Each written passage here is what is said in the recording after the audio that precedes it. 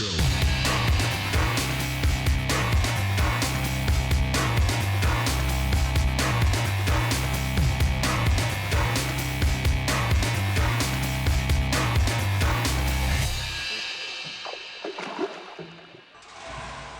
Coming up in this episode, we take a trip right up to the top end, chasing the great Australian sport fish, the iconic Barramundi.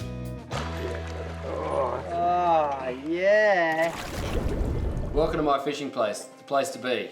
Dazza, Kezza, how good was that trip to Darwin? I loved it. One of the best trips I've ever done. Nearly didn't make it with our gear. Nearly didn't make it and got off the plane and almost had our rods that we took specifically for the trip in two pieces.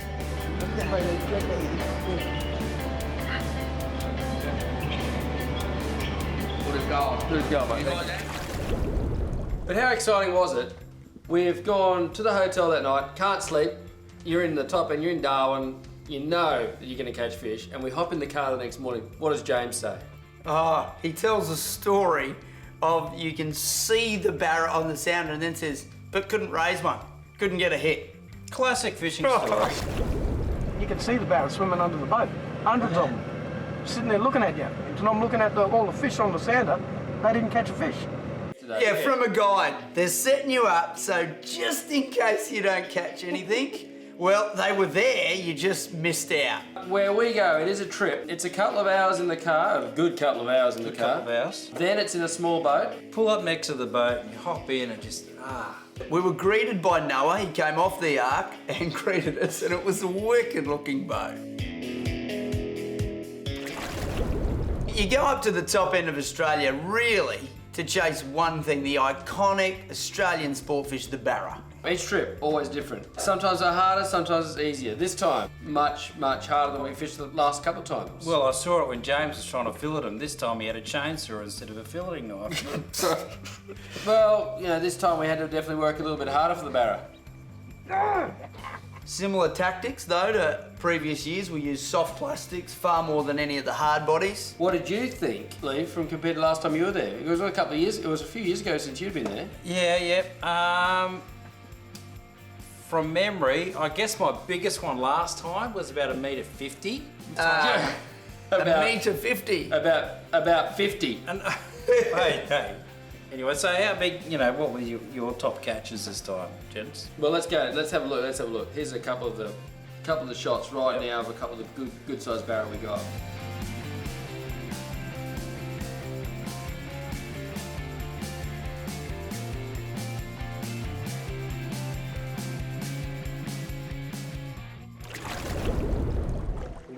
Oh, Dazza.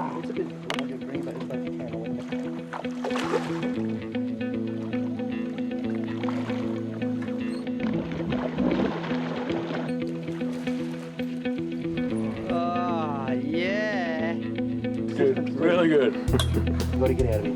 Nice fishing. That's our best one so far. Consistent. Well done.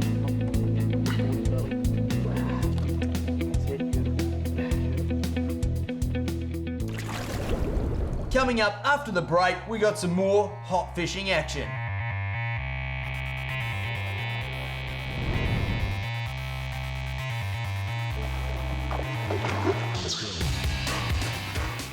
We dropped a few barra, that's for sure. I found this trip, I think I dropped more barra than any other trip I've been on.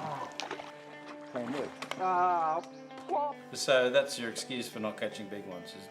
Well, we didn't get anything over a metre this time. Last time, definitely got a couple of metre-y fish. In fact, I think you got a metre 7, metre 8. Yep. The trip before that, I got a metre and 2. So we definitely got metre-y fish before in the same sort of area. But this time, nothing around that metre mark. We do believe we may have hooked one. And that counts. I guess one of the things that I really loved about the trip this time was the barra in the trees out the front. We went out of the river mouth, down to the right, 100 yards off the shore, fishing in the trees, But that was it. That was good. It was new, good technique. You had to really flick those lures and Jig. We jig the lures. We call it jigging the lures. We flicked the lures among the plants. And you got onto a string of them. I think that first morning, all I could hear from my boat was, Oh, fish on! Fish on. Oh, yeah, I smashed that place. It was gold.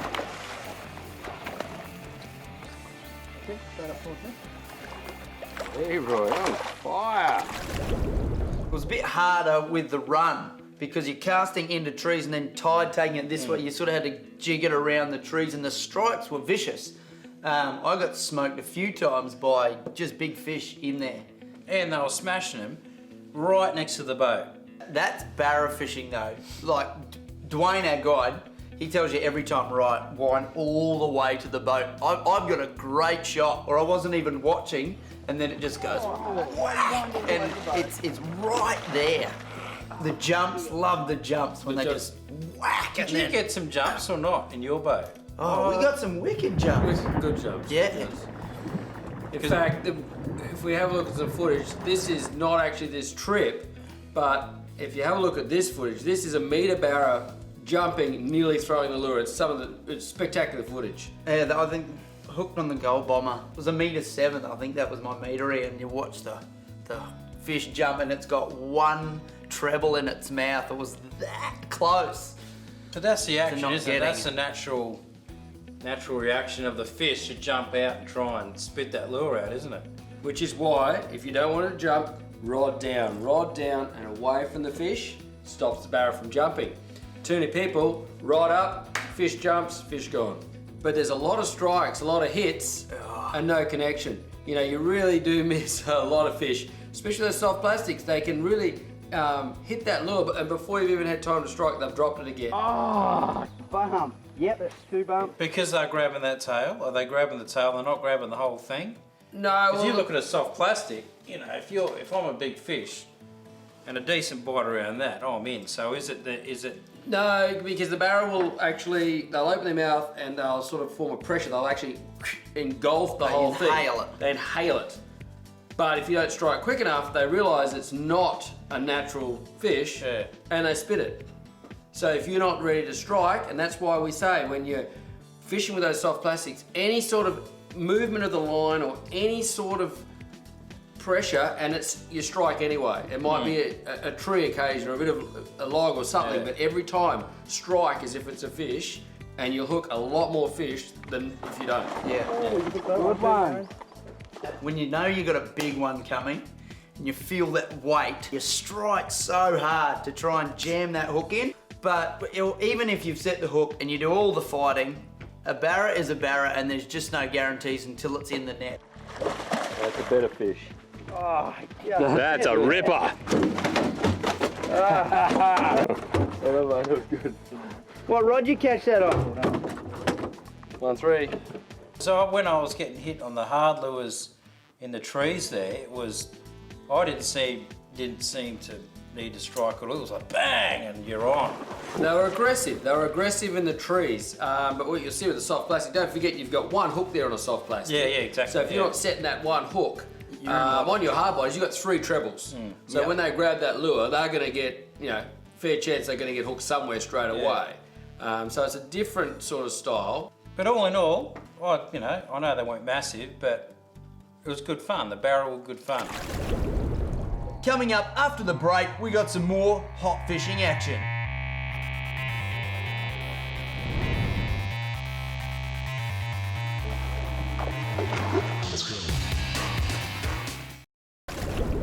Now for me, one of the highlights of the trip this time was a little place called Rocky's Creek. Was it even 5 minutes from the mothership? Hardly. And that place was absolutely brimming with life. When you head up a creek and there's that much bait that you feel like you're actually riding the boat on the bait, I've never seen so much bait coming off the floodplains. And the first time we went up that creek, the barra and the salmon that were hitting that bait, Boom, slap, boom. Big slurps. It's just driving up, and there's just disturbance everywhere. Boofs happening both sides. We went into the creek, we started counting. We got to like 20 or 30 or something ridiculous and then just gave up. Well, when you talk about fishing, when you talk about a fishy creek, this was like literally, pardon the pun, shooting fish in a barrel, wasn't it? We thought, why don't we just toss over a bare hook because we'll catch something. There was birds, there was crocs, there was bait, there was anything you could think of that would indicate fishiness, this creek had it. And it was like a sea of mullet with just explosions in the middle of it. It was thick.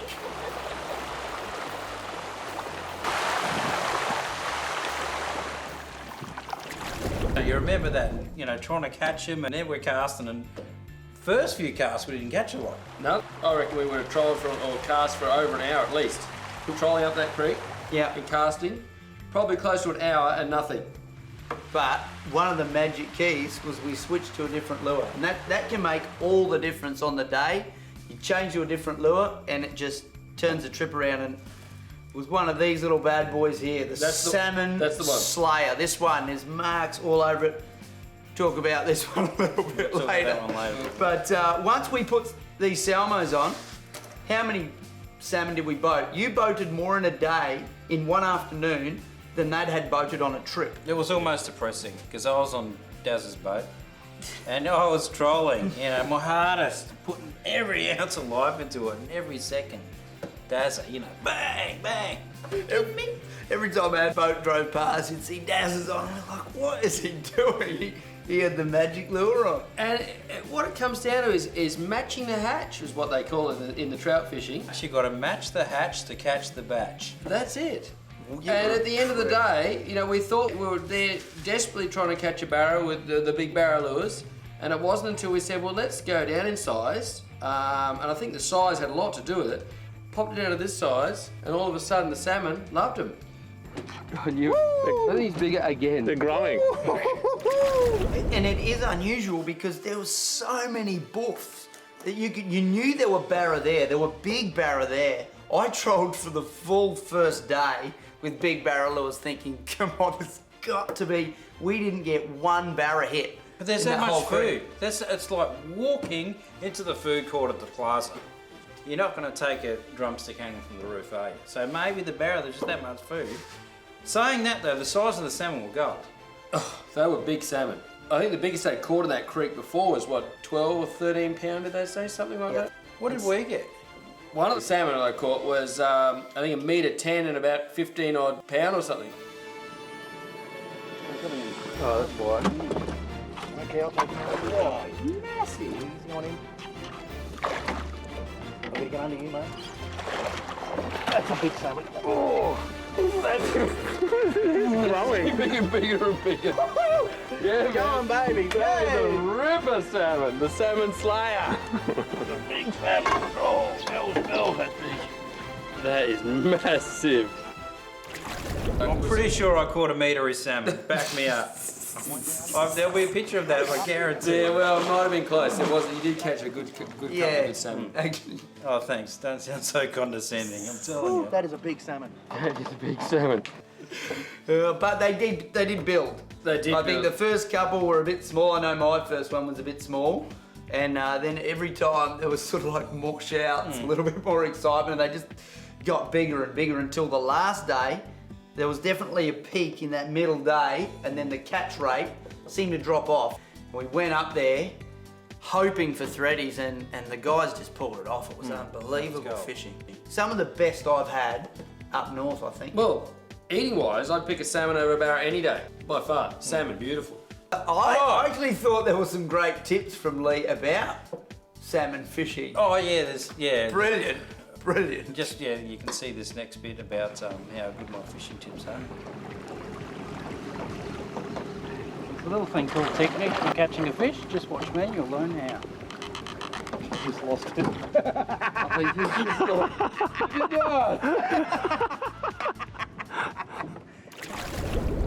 Coming up after the break, we got some more hot fishing action.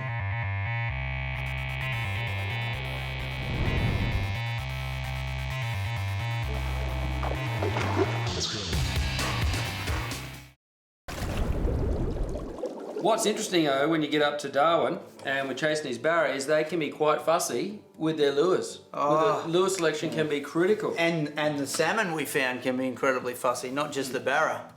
And that's the funny thing, you know, people ask you, you know, what sort of lures you take up barra fishing? Well, jeepers, like, it's unbelievable. Like, if you're fishing a mud beach and those sort of things, you know, you're fishing the deeper river mouths, you know, creek mouths, you'll be throwing nice big probably green bombers like them. I mean, look at that thing there. Look how many times that's been hit and smashed about. That got like... How many big barra did we get on a green gold bomber? Look, I would have caught half a dozen in 3 days. Not this trip, the previous trip, all on that lure. Out here to the right, Dwayne. Beautiful! Woo-hoo-hoo. Look at that. Thumbs up again, Dazza. Come on, mate, you lazy bugger. Awesome.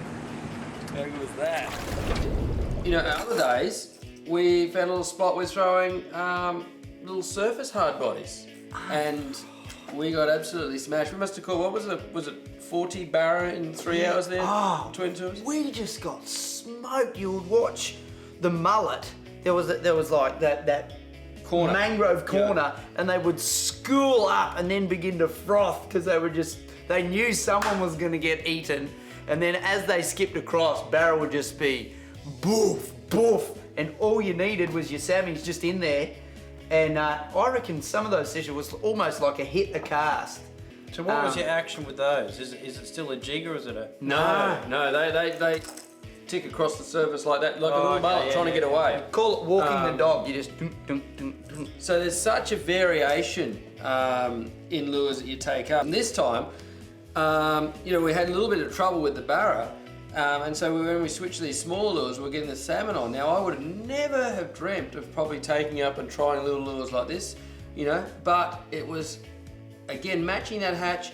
You know, it was this lure. I think, you know, then when we started to switch, you know, we're using the summer lures. Now, that's a very similar size lure. That one, you got fish on that. You know, we switched to the right lure, and you were getting really good fish.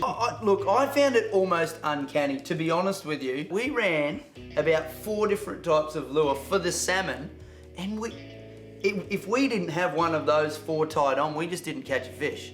And that's what we're talking about. You could go up there, but if you don't have the tackle, you can just miss out on fish because you've got the wrong lure for the day. And even, having said that, even that lure versus that lure, but how much did that outfish that? Heaps. Probably 2 to 1. At least, yeah. So not only do you look at action, size, you're also at times looking at colour, which in the sort of water you're looking at is surprising. It's so dirty. Yeah, it's filthy. Quite amazing that the colour made that much difference. I wouldn't have picked it, but there you go. Barra? No, big salmon. Big salmon. Oh!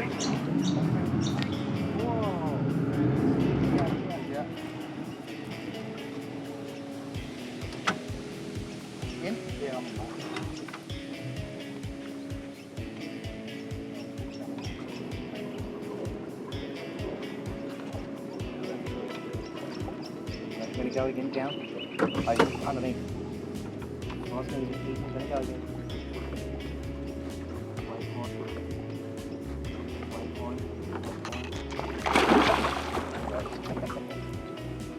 Okay, number 1.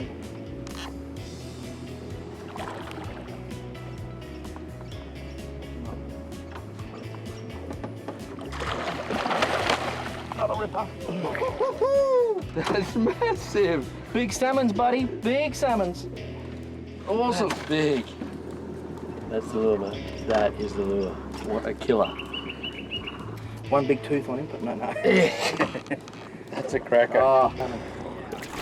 Another good point for barra is that we upgrade all the hooks and split rings on these. Like that comes with a little hook that you probably might use for bass or brim, but Not up there. Not up there. Not for dominate barra. Even the bombers. So even this bomber, like quite a large lure, we've still retrofitted all those hooks. The worst thing can happen is you get a fish near the boat and it straightens a hook that you know you should have changed, but you were too lazy to. The only thing you can do is blame the guide. Which is a legitimate reason. You can head up, you can have the right rod, the right reel, heavy enough line. The one thing that I think people forget about is their knots and their split rings. You've talked about upgrading your hooks. Don't be lazy and miss the split ring if you're not using loop knots. Make sure you've got a good split rings because it's so easy to just have a weak knot and a big barrel will just test your gear. And if you've taken a shortcut or just been a bit slack with changing your leader, how many times do we freshen our leader? don't miss a big fish because you were lazy with a little detail. And again, have to blame the guy. And it's even more embarrassing when you tie the knot and the knot comes undone. That's embarrassing. It's a little bit fresh, but I'm convinced I had a few dodgy knots that I did not tie. Not happy. Not happy. And don't forget to follow us on Instagram at MyFishingPlace. We are super keen to tell your fishing story, so please send us in your favourite picture or a little bit of footage and then give us a 30-second explanation of that fish and that catch. We'd love to play it. Make sure you email us to the address at the bottom of the screen. And you caught the biggest fish possibly in the creek system on the day. We did, but we'll leave that for another time. What the hell is that?